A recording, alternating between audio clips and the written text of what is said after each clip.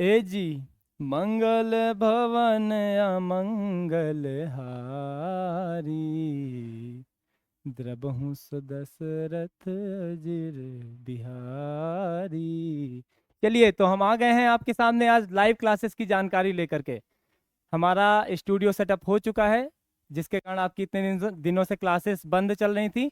आज आपको मैं लाइव क्लास की जानकारी देने जा रहा हूँ। एग्जाम को अब तो काफ़ी कम समय बचा हुआ है, लेकिन फिर भी नर्वस होना नहीं है।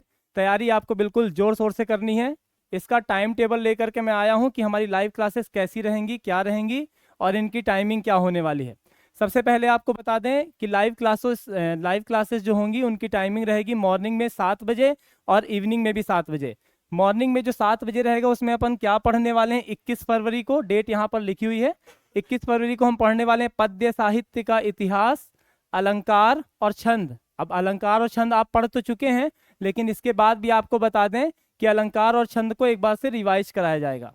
बात आती है इवनिंग की, जो इवनिंग में 7 बजे हम क्या पढ़ने वाले हैं, तो इवनिंग में 7 बजे हम पढ़ने वाले हैं आपके पद्य साहित्य के ऑब्जेक्टिव। यानी सुबह आपने जितनी भी तैयारियां की हैं उस तैयारी के आधार पे अब हमको पता चल जाएगा कि भैया तैयारी कैसी चल रही है। तो ऑब्जेक्टिव पढ़ने वाले हैं पद्य साहित्य के, साथ ही साथ 2-3 टॉपिक्स भी अपन पढ़ेंगे, जिसमें अपन काव्य की जानकारी, रस की जानकारी और शब्द शक्ति के बारे में भी आपको पढ़ाया जाएगा। ठीक है। अब अगर हम बात करें 22 फरवरी, तो 22 फरवरी को मॉर्निंग इवनिंग दोनों टाइम आपकी क्लासेस रहेंगी। जो मॉर्निंग की क्लास रहेगी उसमें अपन राइटिंग सेक्शन के बारे में चर्चा करेंगे। राइटिंग सेक्शन जो हमारा रहेगा, उस राइटिंग सेक्शन के अंतर्गत आप लोग जितने निबंध हो गया, एप्लीकेशन हो गया, अपठित गद्यांश हो गया, है ना, इस तरीके की जो भी चीजें आएंगी, जो भी सेक्शन रहेंगे, मतलब जो भी बातें रहेंगी इस सेक्शन के अंतर्गत, उसको हम क्लियर करेंगे। इसके बाद 22 फरवरी की इवनिंग की बात अगर की जाए, तो इवनिंग में हम काव्य बोध के ऑब्जेक्टिव, काव्य बोध यानी वही काव्य, रस, छंद, अलंकार, शब्द गुण, इन सब के बारे में आपको पढ़ाया जाएगा। मतलब इन सब के ऑब्जेक्टिव के बारे में आपसे पूछा जाएगा, क्योंकि पढ़ तो हम पहले ही चुके हैं, है ना। 21 तारीख को हम अलंकार पढ़ चुके हैं, छंद पढ़ चुके हैं, शाम को अपन काव्य पढ़ चुके हैं, रस पढ़ चुके हैं। ठीक है ना। तो इन सब के ऑब्जेक्टिव टाइप क्वेश्चंस जो रहेंगे वो अपन कब पढ़ने वाले हैं, 22 फरवरी को पढ़ने वाले हैं। 22 फरवरी को इवनिंग में ही इसके साथ साथ हम और भी पढ़ने वाले हैं। जो आपकी आरोह नाम की किताब है, उसके गद्य खंड और पद्य खंड के जो लेसन्स हैं उनके ऑब्जेक्टिव पर भी चर्चा करेंगे। ठीक है ना। मतलब यहाँ पर ऑब्जेक्टिव ऑब्जेक्टिव आपका क्लियर हो जाएगा। हमने कई सारी जगहों से ऑब्जेक्टिव क्लियर कलेक्ट करने के पश्चात मैं आपके सामने लेकर के आऊंगा और मन लगा करके आपको पढ़ाऊंगा और आप पढ़ेंगे। ठीक है। अब बात आती है 23 फरवरी की, तो 23 फरवरी को जो मॉर्निंग का समय रहेगा उसमें आप पढ़ने वाले हैं गद्य साहित्य का इतिहास। और गद्य साहित्य के इतिहास के साथ साथ जीवन परिचय पर भी चर्चा होगी। कब होगी ये चर्चा, 23 फरवरी को होगी मॉर्निंग के टाइम पर। इवनिंग के टाइम पर क्या होगा, तो इवनिंग के टाइम पर अब अपन प्रीवियस ईयर के क्वेश्चन पेपर्स पर चर्चा करेंगे। प्रीवियस ईयर के क्वेश्चन पर भी चर्चा होगी और प्रीवियस ईयर के ऑब्जेक्टिव टाइप क्वेश्चंस पर भी चर्चा होगी। साथ ही साथ भाषा बोध जो है आपका, भाषा बोध यानी वही वाक्य के प्रकार, शब्द युग्म, वितान शब्द, तो ये इस तरीके की सारी जो चीजें रहेंगी वो सब अपन कब पढ़ेंगे, 23 तारीख की इवनिंग में। ये चीजें नहीं पढ़ेंगे, इन चीजों के ऑब्जेक्टिव टाइप क्वेश्चंस पढ़ेंगे। ठीक है ना। अब बात आती है कि भैया अभी तक हमने पढ़ाया तो है ही नहीं आपको भाषा बोध, तो भाषा बोध कब पढ़ेंगे, तो भाषा बोध के ऑब्जेक्टिव शाम को पढ़ लेंगे, ज्यादा बड़ा टॉपिक नहीं है ये। भाषा बोध के ऑब्जेक्टिव टाइप क्वेश्चन हम शाम को पढ़ेंगे और सुबह पढ़ेंगे जस्ट अगले दिन 24 फरवरी को मॉर्निंग में पढ़ेंगे भाषा बोध पढ़ेंगे सबसे पहले। भाषा बोध के बाद अभिव्यक्ति और माध्यम जो है आपका, है ना, अभिव्यक्ति और माध्यम के संबंध में चर्चा करने वाले हैं। इसके बाद 24 तारीख की इवनिंग को ऑब्जेक्टिव पढ़े जाएंगे अभिव्यक्ति एवं माध्यम माध्यम के, और साथ ही साथ वितान जो है ना, इन दोनों के ऑब्जेक्टिव टाइप क्वेश्चंस पर चर्चा करेंगे। साथ ही साथ अब ये तो बड़ा छोटा सा टॉपिक है, 24 तारीख को तो बड़े छोटे में फिर निपट जाएंगे, तो ऐसा निपटने वाले नहीं है अपन। 24 तारीख को मतलब एक गेस्ट पेपर मतलब बनाने का प्रयास करेंगे, गेस्ट पेपर जो है ना, मैराथन टाइप से। तो उसमें आपसे कुछ क्वेश्चंस पर चर्चा करेंगे, कुछ क्वेश्चंस बताएंगे, कुछ क्वेश्चंस के आंसर आपसे लेंगे। साथ ही साथ इस तरीके का एक मॉडल पेपर आपको देंगे, तो जिसकी प्रैक्टिस फिर आप करेंगे। ये तो हमारी क्लासेस की टाइमिंग हो गई कि भाई मॉर्निंग में 7 बजे, इवनिंग में भी 7 बजे, ये तो चलेगा। अब बात आती है दोपहर और शाम को क्या करने वाले हैं। तो एक छोटा सा टाइम टेबल मैं आपको और बना करके देता हूँ, बना क्या अभी ही बता दे रहा हूँ। मतलब 7 से 9 मॉर्निंग में क्लास रहेगी, 7 से 9 इवनिंग में भी क्लास रहेगी। तो दोपहर में जो चीजें ये सब बता रहे हैं इन सब के संबंध में एक होमवर्क भी छोटा सा देंगे।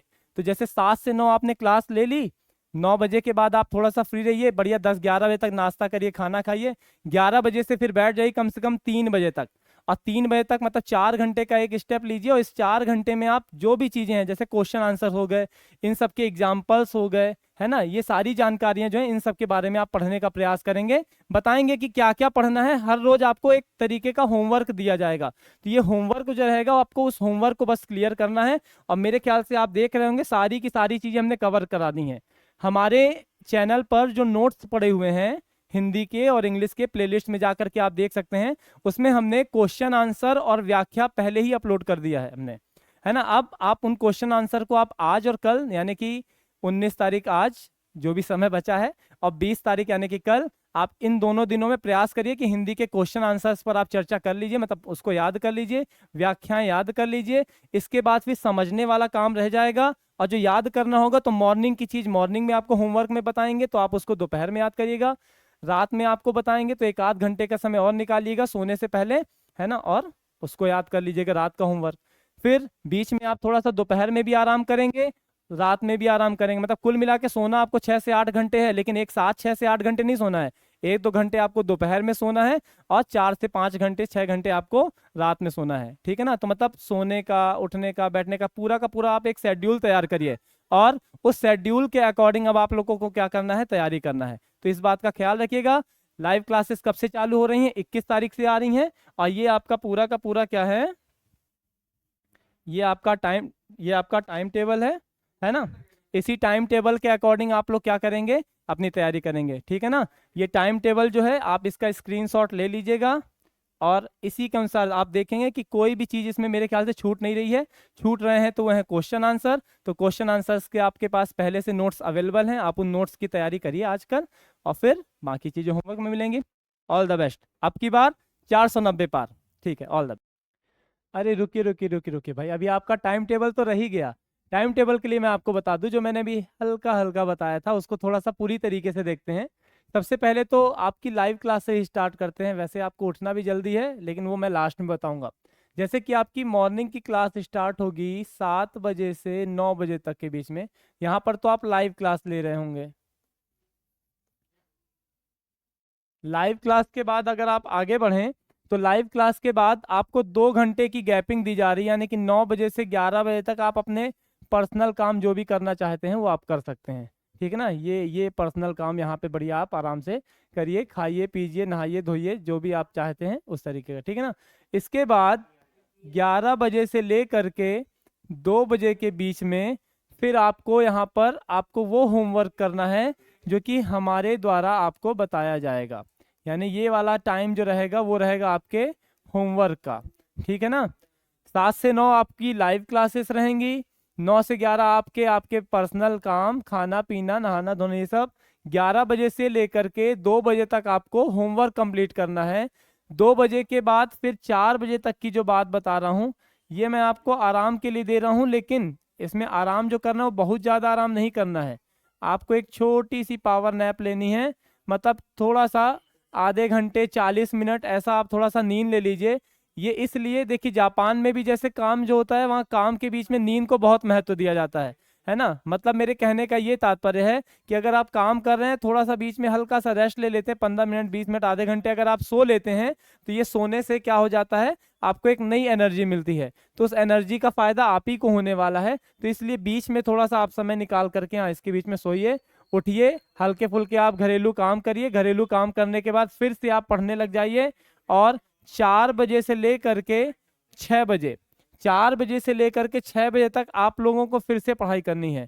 ये हमारे होमवर्क का जो सेकंड पार्ट रहेगा आपको वो सेकंड पार्ट यूज करना है, यानी कि यहाँ आपका होमवर्क फर्स्ट, यहाँ पर आपका होमवर्क सेकंड। या फिर मान लीजिए कि आपकी अपनी कोई स्ट्रेटेजी पर्सनली आपने तैयार की है और वो पढ़ने का समय अगर आपको नहीं मिल पा रहा है तो वो काम आप कब कर सकते हैं, 4 बजे से लेकर के 6 बजे के बीच में कर सकते हैं। 6 बजे के बाद आपके पास फिर 1 घंटे का समय है, आप घरेलू अपने काम करिए, भैया घर वालों की भी हेल्प थोड़ी थोड़ी जरूरी है। उसके बाद आप 7 बजे से पुनः आएंगे और 7 बजे से 9 बजे तक 9:30 बजे तक आपकी लाइव क्लास रहेगी फिर से, जिसमें आपके सबसे ज़्यादा मतलब आपको इस लाइव क्लास में सबसे ज़्यादा जो समय दिया जाएगा, सबसे ज़्यादा टाइम आपके ऑब्जेक्टिव टाइप क्वेश्चंस के लिए दिया जाएगा, क्योंकि 80 नंबर के objective type class objective type sorry 80 number के पेपर में 40% यानी 32 मार्क्स के तो सिर्फ ऑब्जेक्टिव टाइप क्वेश्चंस आ जाते हैं। अब उससे आपका 40% यानी पास होने का काम तो इसी समय हो जाता है।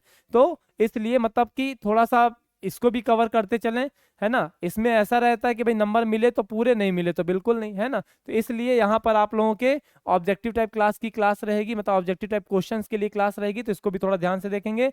और 9 बजे के बाद फिर 10 बजे तक आप खाना पीना खाइए और प्रयास कीजिए कि 10 साढ़े 10 से ले करके 11 बजे के बीच में, साढ़े 10 से 11 बजे के बीच में आप प्रयास करिए कि आप सो ही जाइए।